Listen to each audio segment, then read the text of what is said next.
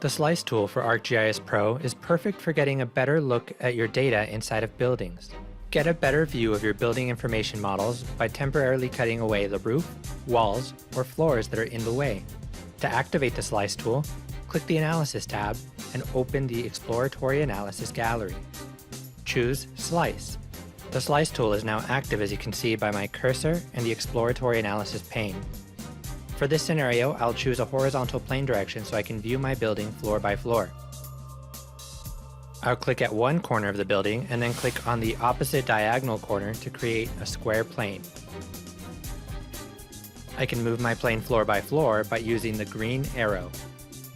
While working with Slice objects, I recommend holding down the keyboard shortcut C to navigate without the need to switch between the Explore tool and the Slice tool. I can adjust the Slice plane further by using the scale handles to increase or decrease the width and height. I can also rotate the plane.